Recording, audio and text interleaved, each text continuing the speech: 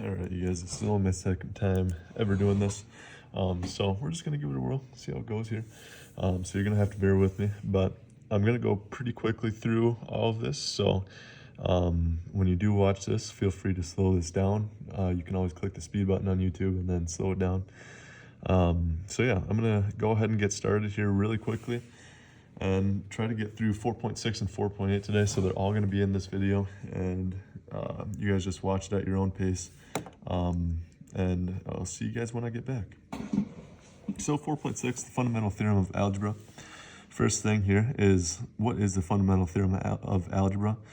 Essentially what this says is that if you have a polynomial of degree n, that means that it has exactly n solutions, or n zeros. So if we have something like a fourth degree function, that means that we would have 4 different zeros. I guess some of them could be the same, but we'll have exactly 4 zeros. So we're just gonna get right into it. So example 1, how many solutions does x to the 4th plus x cubed plus x, or 8x plus 8 equal 0 have? Find all of the solutions. So first thing, we're gonna want to look at the power, or the degree of this polynomial. It's a 4th degree polynomial. That means that we will have 4 solutions. And then they say to find all of the solutions. So here, that means that we have to factor it, and then, just first look to see if you can factor it. We have 4 terms here. If we have 4 terms, the first thing that we're gonna look to see is, can we factor by grouping? If so, that means we've got a good shot at it. And in this case, we can. So out of our first 2 terms, we're gonna factor out x cubed. We're gonna be left with x plus 1. Out of our second 2 terms, we're gonna factor out an 8. We're gonna also be left with x plus 1, and still equal to 0. And then again, whatever's in front, we put those in their own parenthesis, x cubed plus 8. And then whatever's in common, x plus 1, this goes in its own parenthesis as well. Now we just take each of these, and this x cubed plus 8, we're gonna have to factor as well. This x plus 1, that tells us that x equals -1 is this solution. So this x cubed plus 8, if you might recognize, this is actually the sum of squares. If you recall, that's if we have a cubed plus b cubed, right? We'd factor that as a plus b multiplied by a squared minus ab plus b squared. All right, so that's what we're gonna do here. As you recall, the first thing that I have you do is write these things as 2 things cubed. So x cubed plus 2 cubed, and then keep that x plus 1 over there. All right, then we can rewrite it. X plus 2 multiplied by x squared minus 2x, and then plus 4 multiplied by x plus 1. All right, now we can see another 0. X equals -2. All right, the last one comes from this x squared minus 2x plus 4. First, you're gonna look to see if you can solve or factor that one any further. In this case, you can't. So that means we're gonna have to turn to the quadratic formula. So x equals -b, +2, plus or minus the square root, b squared, -2 squared, minus 4 times a, 1 times c, 4, all over 2 times a. All right, so then we're just going to simplify here. 2 plus or minus the square root of 4, and then -4 times 1 times 4 is -16 over 2. All right, then we're going to keep on simplifying. 2 plus or minus the square root of 12 over 2, -12. All right, that means that we have to take our I out. So 2 plus or minus I, and I'm going to split this 12 up as square root of 4, square root of 3, all over 2. All right, so we get 2 plus or minus 2i square root of 3 over 2, which is going to simplify to 2 plus or minus I square root of 3. All of those 2's are going to cancel out. All right, and so then we're just going to write down all of our solutions here. X equals -1, -2, and then 2 plus or minus I square root of 3. Those are all 4 of our solutions. Now it looks like 3, but we've got plus I squared root of 3, and we've got minus I squared root of 3. That's where our other 2 solutions come from. Example 2, finding all the zeros of f of x equals x to the 5th plus x cubed minus 2x squared minus 12x minus 8. We're gonna have to turn to the calculator on this one, right? We've got 5 terms, we can't factor by grouping. We're gonna go ahead and find a 0 to get us started here. So x to the 5th plus x cubed minus 2x squared minus 12x minus 8 graph. All right, so we've got some zeros. You can use the zero function on your calculator, or if you can make a good estimation here, we can just use our trace function and then just type in a value. It looks like we've got a 0 at -1. I'm gonna type that in, check it. Yep, -1 is a 0. You'll also notice that it only hits the x-axis once and then it goes right back down. That means it's gonna be a repeated 0. Hopefully we end up finding that through our calculations. So we're gonna start with x equals -1. So x equals -1. Always indicate whether or not you found it on your calculator. So we're just gonna say this one is on your calculator. And then from here, we are gonna do synthetic division. -1 goes on the outside. On the inside, all right, we've got 1. We have a gap, no x to the 4th, so 0. And then 1, and then -2, and -12, and -8. All right, bring down our 1. 1 times -1, -1, 0 minus 1, -1, multiply, 1, 1 plus 1, 2, -2, and then -4, +4, -8, +8, and we've got 0. All right, so now we're just going to factor this here. So x plus 1, and then our constant x, x squared, x cubed, x to the 4th.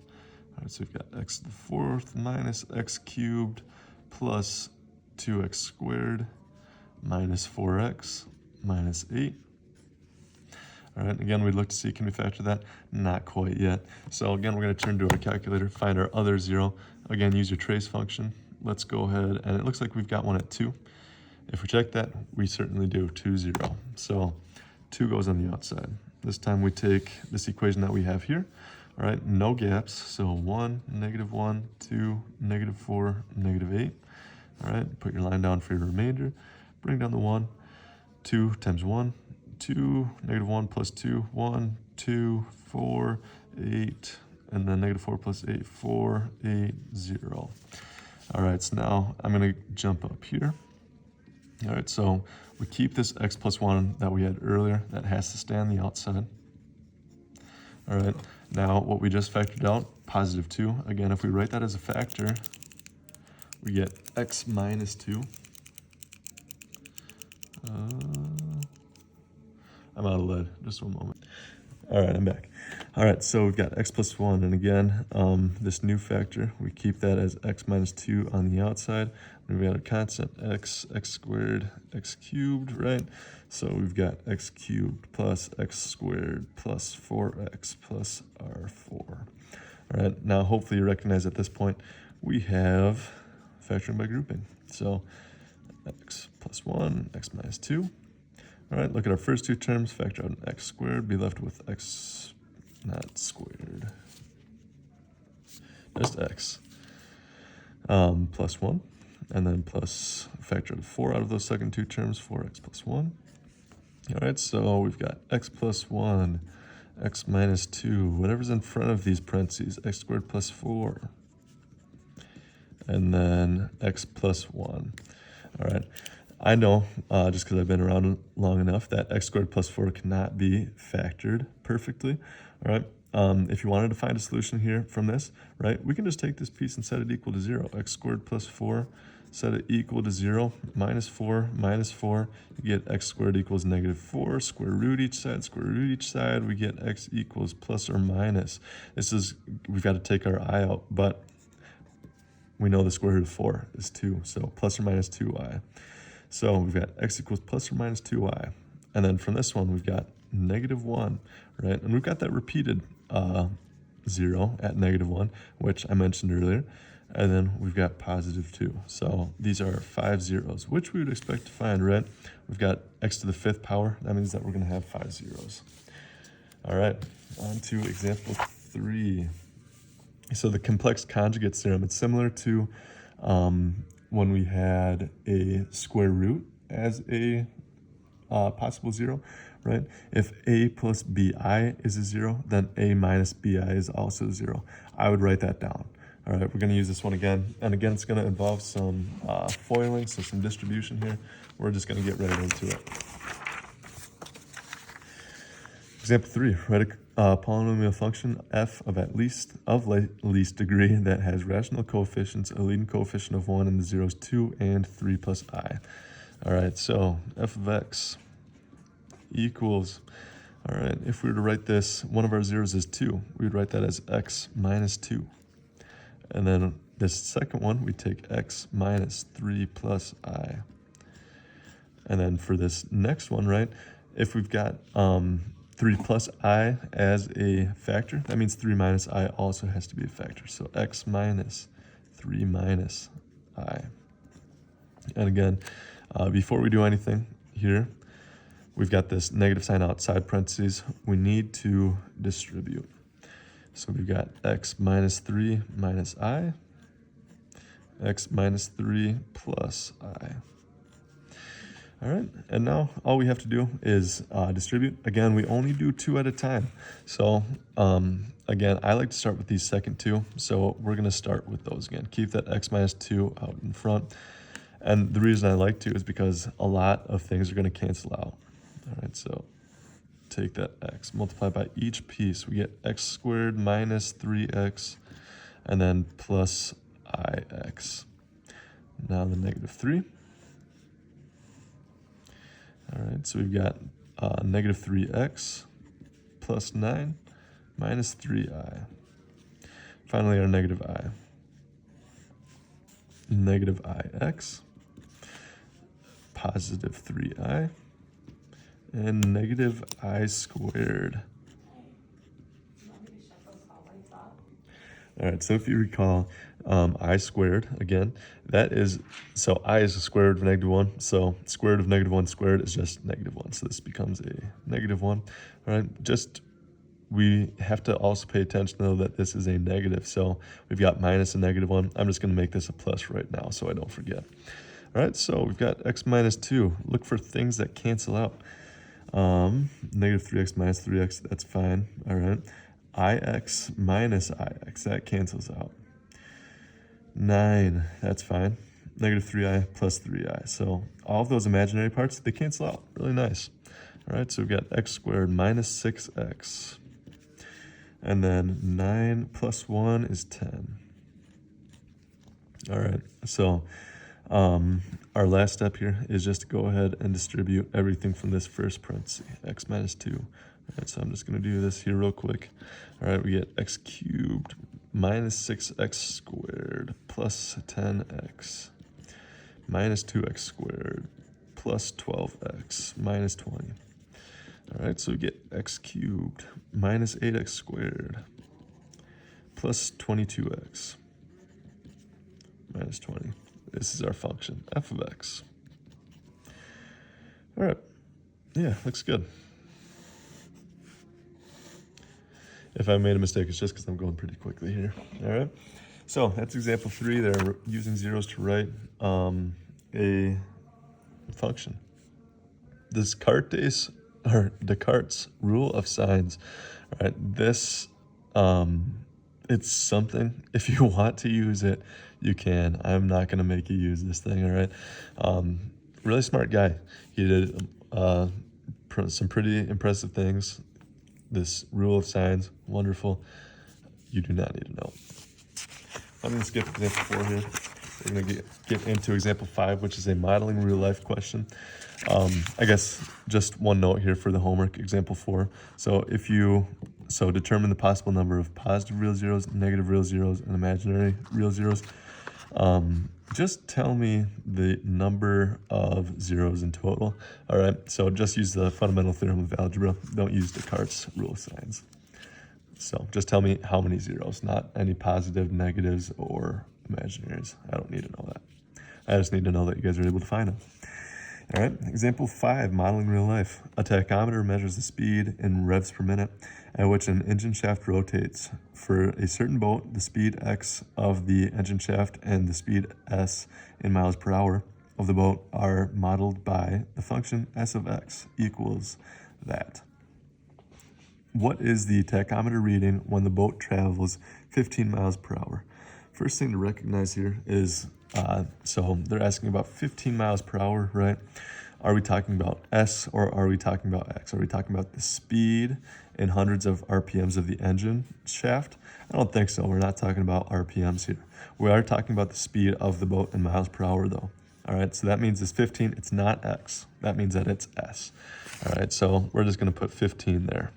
15 equals 0.00547 x cubed minus 0.225 x squared plus 3.62 x minus 11.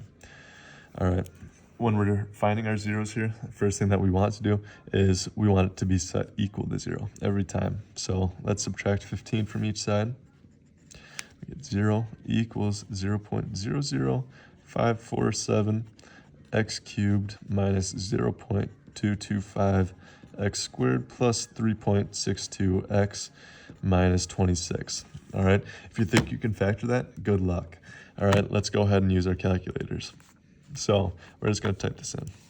0.00547 x cubed minus 0.225 x squared, and then plus 3.62 x minus 26. Graph it. We'll see if we're in range or not.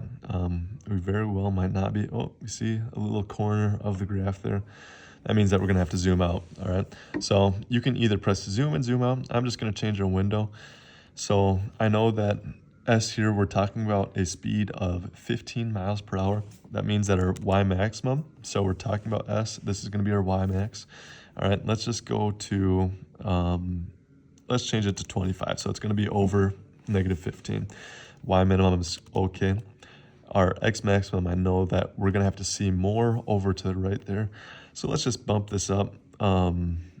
So it's speed in hundreds of RPMs. Let's just bump this up to 50 just to see if we can see anything better here. And there we have our 0. All right. Now, again, you can use your trace, try to find it. Obviously, it looks like it's pretty close to, 20 there. But your calculator, again, has this fancy function. Second, calculate 0. Go to the left of the 0, all right? So this is left of the 0. Press enter. Go to the right of the 0. So we were below the axis. We want this next point to be above the axis, which it is now. Press enter. It's going to catch it in between. All right, so there we have it. So X is approximately 19 point, we'll just go 2 decimal places, 86. Then we just have to label our answer. When we're talking about X, we're talking about speed in hundreds of RPMs. So 19.86 hundred RPMs.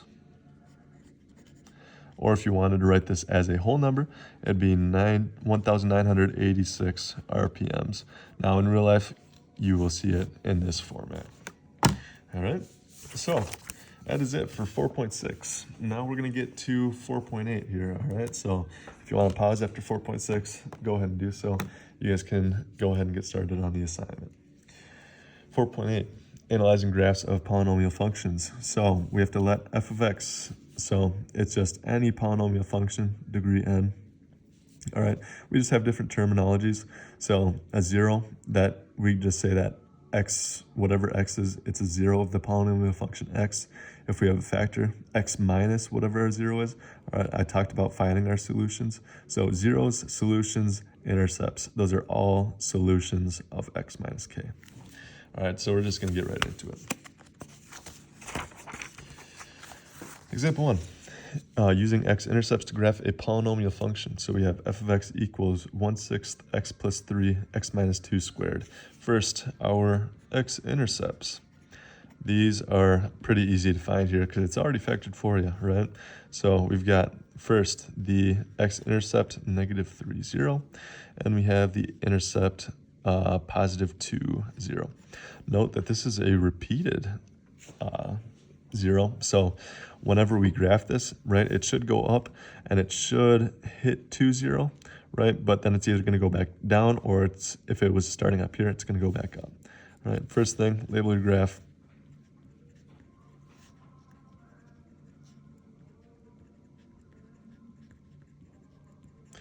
All right, put both of your zeros on here. All right, so we've got them both. All right, now it's calculator time. So we're gonna turn to the calculator. We're just gonna let it plug in a couple of things in here. Again, I like to use the table function. It just goes really quickly when you do this. So 1/6 x plus 3 squared. Oh, this one's not squared, sorry. Parenthesis x minus 2 squared.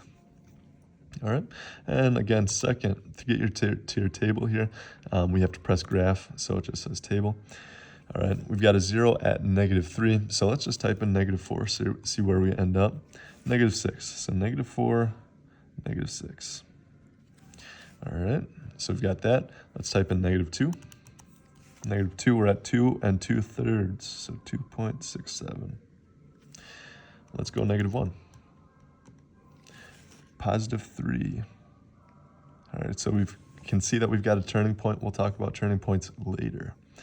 Type in 0, +2. Type in 1, we have 2/3. All right, again, we've got a repeated 0. It should come back up. So if it doesn't, make sure you check your equation. Type in 3, we get 1. If we type in 4, it's just gonna go really high here. So 4.67. Sorry, 4 2/3 repeating. All right, so again, 1, 2, 3, 4, 2/3. All right, so we see the vision of this graph here, what it's gonna look like. We can absolutely use our calculator to help us graph this. All right, great tool. Example 1 is done. Location principle, all this says is that if you have, let's say, a function here, right? So this function, let's say it looks something like this, right? If we know that our function at this point is less than 0, and at this point it's greater than 0, that means that there's a 0 between here. All right, that's all the location principle has said. Up to this point, we've just used our calculator to find our zeros. We're gonna continue. All right, so example 2, find all the real zeros of f of x equals 6x cubed plus 5x squared minus 17x minus 6. So again, we're going to use our calculators to find the first zero, 6x cubed plus 5x squared minus 17x minus 6. Graph it. Oh, now I got to change my zoom. All right, I'm going to change this back to our standard zoom. Zoom, number 6, and we should be able to find a 0. Looks like we've got a really nice one. All right, looks like we've got one at -2, and we do. So again, we have to use synthetic division here. So we found x equals -2 on our calculator. Make sure to indicate that. I forgot to do that in 4.6 a couple of times, but just make sure to indicate that. All right, on our top row, we've got 6, 5, -17, -6. Put your line here, bring down your 6. All right, 6 times -2, -12, 5 minus 12, -7, 14, -3, 6, 0. Perfect. All right, so we're gonna factor this, x plus 2. And then 6x squared minus 7x minus 3. Again, you can write those underneath there if you want. You might be at the point where you can see this a little bit quicker, all right? Now, in order to factor this thing, we could either use quadratic formula or we could try the x method. I'm going to try the x method. All right, so again, a times c goes on top, 6 times -3, -18. B goes on the bottom, -7. Find two things that multiply to -18 and add to -7. That'd be -9, +2. All right, and then again, that just means that we have to split up this middle term. So we'd have 6x squared minus 9x plus 2x minus 3. And then it's just factoring by grouping. Look at your first two terms. In this case, we can factor the 3x out of our first two terms. We're left with 2x minus 3. And then out of our second two terms, we can't really factor anything out, but we don't really want to anyway. So it's going to be just 1. So we got x plus 2 multiplied by 3x plus 1. And then 2x minus 3. And then again, to find our zeros, we just set each of these pieces equal to 0. 3x plus 1 equals 0. 2x minus 3 equals 0. All right, when we go through and solve this, we get x equals negative 1/3, x equals positive 3/2. All right, so our zeros are x equals negative 2, negative 1/3, and 3/2. All right, again, I would go through, show your work for getting these zeros, but I'm just trying to save a little bit of time for this video. Next thing, all right, so we've got local minimums and local maximums. A local minimum would be like at the bottom of a hill, all right? So this here would be a local minimum. Local maximum would be at the top of the hill, all right? So local max on the top of the hill. If you want to write that down as a note, you can. Local minimum, bottom of a hill. Local maximum, top of hill. And I would actually go ahead and write that as well. All right, so local minimum, lowest point, kind of, even if it extends infinitely. All right, bottom of a hill, top of a hill. So example 5. Example 3, finding turning points. We have to graph each function, identify the x-intercepts and the points where the local maximums and local minimums occur. Determine the intervals for which each function is increasing or decreasing. All right, so to find turning points here, graph each function. We're just gonna graph this on our calculator again. All right, so again, we're putting this calculator to good use. Usually you can actually use this calculator for most standardized tests. So like when you get to the ACT, all of my students last year were able to use this. And so, yeah, it's a great tool to get to learn how to use. So type in that first equation, go ahead and press graph. Hopefully we get a good view of it. We do. All right. So identify the x-intercepts. We're going to start with that. So letter A, x-intercepts. We only have one. All right. We'll see if we can guess it right away. It looks like negative 1. Oh, not negative 1. All right. Going to have to use second calculate 0. Left side, right side, catch it in between. And there we go. So x-intercept, negative 1 point. We'll go 2, 0, comma 0. All right, so there's our x-intercept. That's good. Now the points where the local maximums and local minimums occur. We've been in that second calculate spot before, all right? They have all of these pieces, so they've got the minimum and maximum. You just have to find it on your graph, so being able to use this function. And again, it uses the terms left bound and right bound, so you want to get on the left side of the minimum and right side of the minimum. Press enter again. So our local minimum, local min, would be at 2, 2. So a really nice one. So again, that's our bottom of our hill. Now, you can also see that we kind of have like the top of a hill right there, right? That'd be a local max. This is our bottom of a hill. That's a local min. Sorry, I didn't mention that earlier. Second calculate maximum. We have to go to the left side of this, press enter, go to the right side of the maximum, press enter again.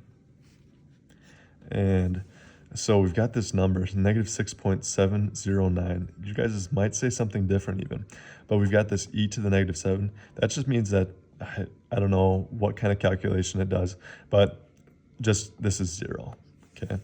So we've got 0, comma 6, right? And if we were to just check this, if we traced and we typed in 0, we get 0.6. That's our maximum.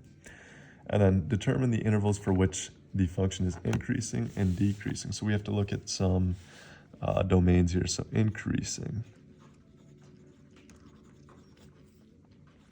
and decreasing. All right, so we're only looking at x coordinates. So it increases. So this first part, it's increasing, right? It's going up.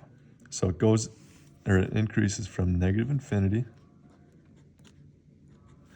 until, and then again, we're talking about x values, so it's until we get to 0.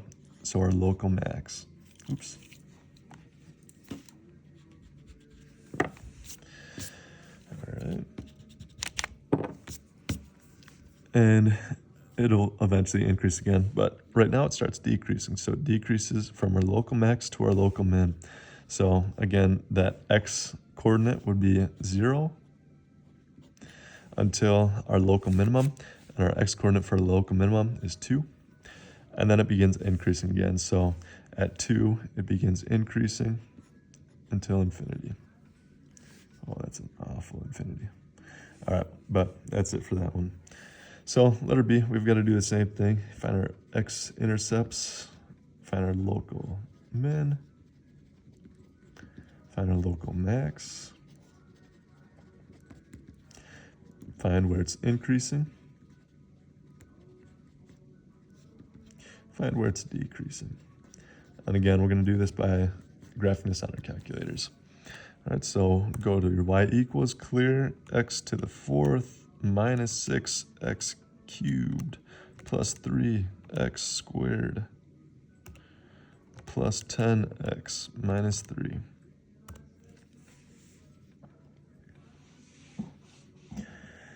All right, lots of x-intercepts here. So first one looks like it's going to be able to be guessed. Nope, it's not. All right, so go to second, calculate. 0.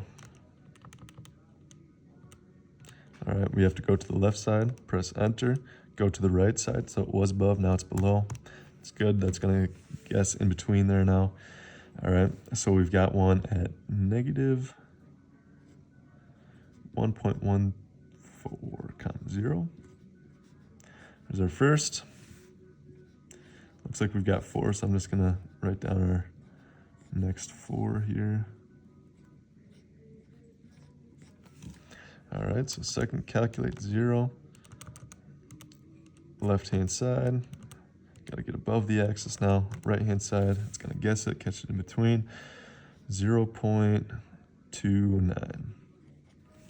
Same thing, second, calculate 0. Left-hand side, right-hand side, press enter, enter again. And we got 1.82. Again, same thing, second, calculate 0. I'm just going to press enter now. I'm not so sure if I'm going to see this point. Yeah, I don't see it until it's above the axis. So press enter somewhere over here around 4.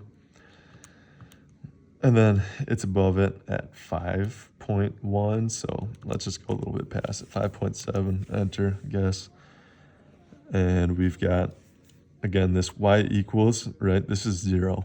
But we're focused on the x here, 5.03. Again, it's a weird calculation thing. I'm not sure why your calculator does it, but it does. Now, I just want to see this bottom part here again that we can't quite see here. So I'm going to change our y minimum to negative. Let's go negative 20.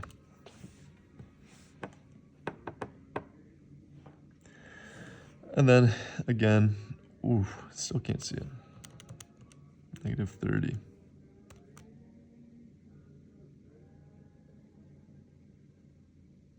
Oh my goodness. Well, let's get these two minimums and maximums first. All right, so second, calculate minimum. We have a bottom of a hill right here.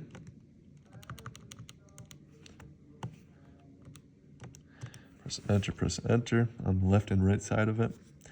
All right, we've got a local minimum at negative 0.57, comma, negative 6.51.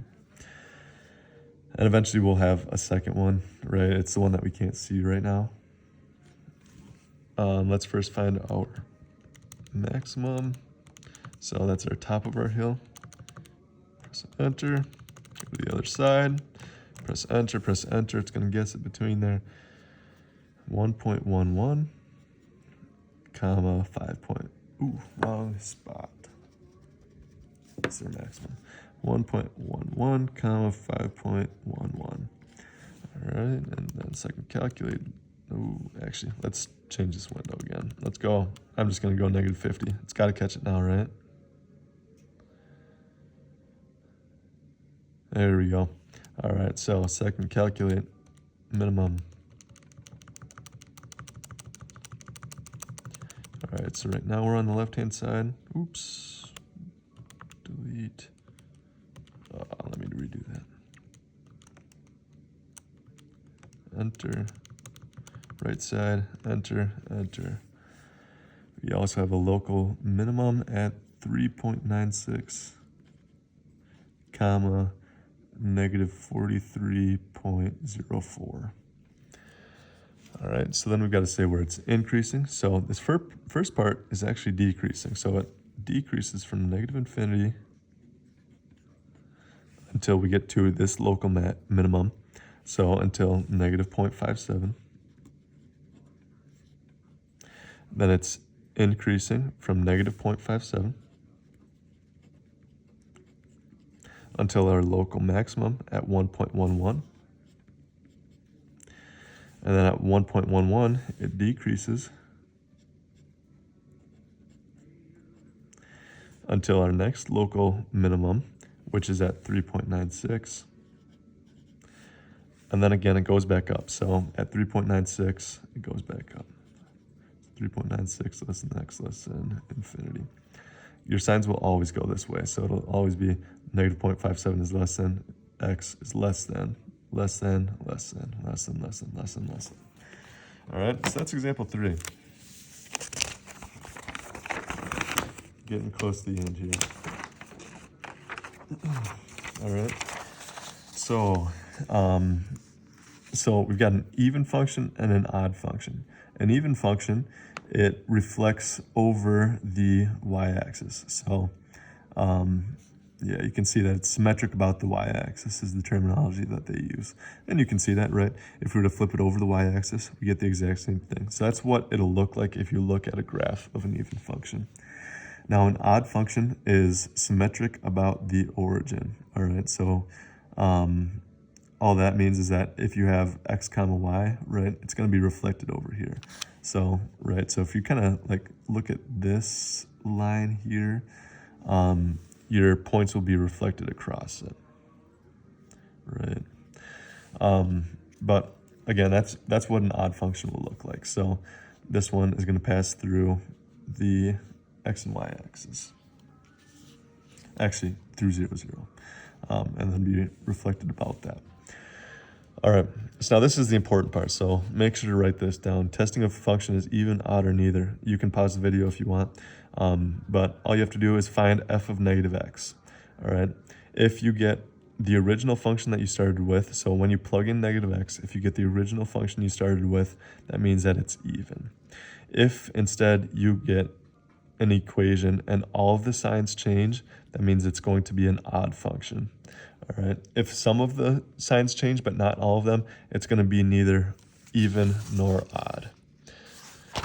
So we're just going to go ahead and get into a couple of examples here. So letter A, f of x equals x cubed minus 7x. All we have to do is plug in negative x. So we've got negative x cubed minus 7 times negative x. When we take negative x cubed, that's negative x times negative x times negative x, right? We just get negative x cubed. Negative 7 times negative x is positive 7x. Now, we're going to compare this to our original function, right? Did this first sign change? Yes, it did. Did this sign change? Yes, it did. That means that all of the signs changed. Again, if we think about which two that would be an odd function. So odd function, have all of the signs change. So negatives become positives, positives become negatives. Letter B, we've got g of x equals x to the 4th plus x squared minus 1. Again, we're going to plug in negative x. Make sure to do this in parentheses. So negative x to the 4th power plus negative x squared minus 1. All right, negative x to the 4th power, that's negative x times negative x times negative x times negative x. So we have two negatives multiplied by each other gives us positive, and another two negatives multiplied by each other gives us positive again. We get x to the positive, or x to the 4th power. Same thing for x squared, we get x squared minus 1. Again, we're going to compare this to our original function, x to the 4th, x to the 4th, x squared, negative 1, negative 1. They're all the exact same. That means that it's an even function.